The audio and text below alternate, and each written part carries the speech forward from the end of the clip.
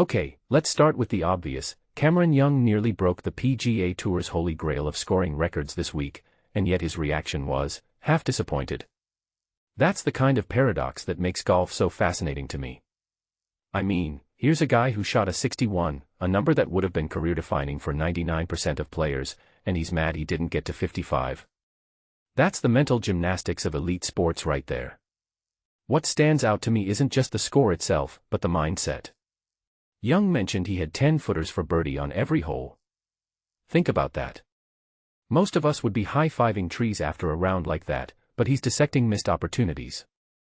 That's the line between good and legendary. Golfers like Young don't see a 61 as a ceiling, they see it as a stepping stone. And honestly, that's terrifying if you're his competition. But wait, let's zoom out. Why is Furyks 58 still this untouchable Mount Everest? It's been 10 years, and even the world's third-best player can't crack it. Does that say more about Furyks' round being a once-in-a-lifetime fluke, or are modern players overthinking it? I'd argue the latter.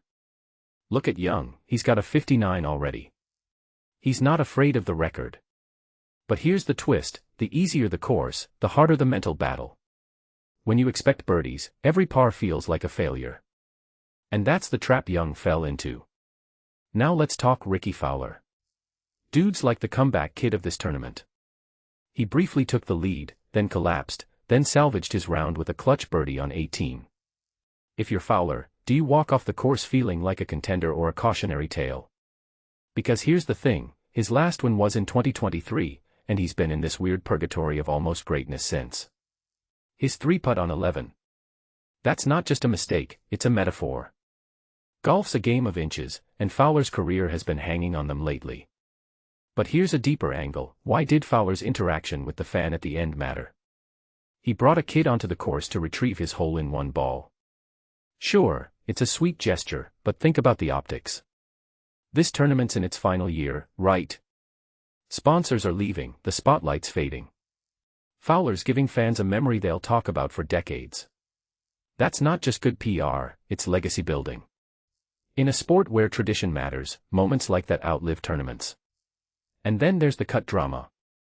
Chris Kuchar missing the weekend after 14 straight cuts. That's shocking.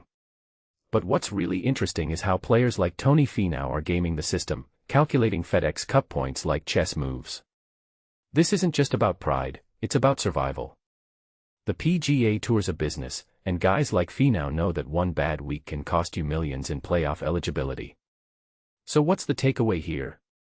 This tournament wasn't just about scores, it was about pressure, legacy, and the razor-thin margins that separate triumph from what if.